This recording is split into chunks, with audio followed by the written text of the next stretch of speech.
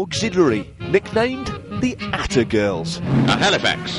The men and women in the dark blue uniforms of ATA ferry them all.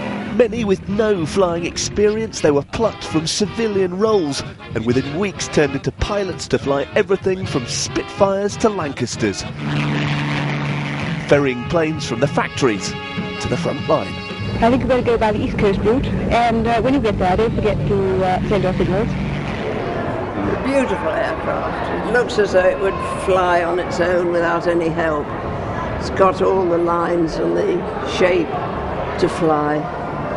Magnificent aircraft. ELEANOR Wadsworth is 93 this year, but in 1943 she went from architect to aircraft pilot.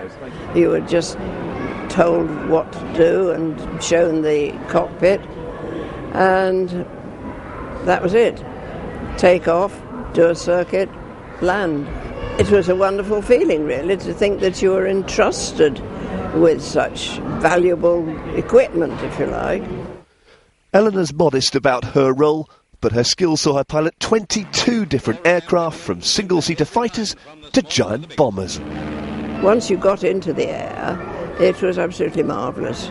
A nice day and nice weather and nice aircraft, and it was lovely. You were trained to go up and fly, there was no dual controls. What was it like when you came down to land? Relief.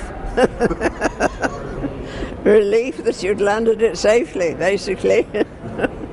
Inspired by women like ELEANOR Wadsworth, author Kate Lord-Brown based her new novel The Beauty Chorus on the women of the ATA.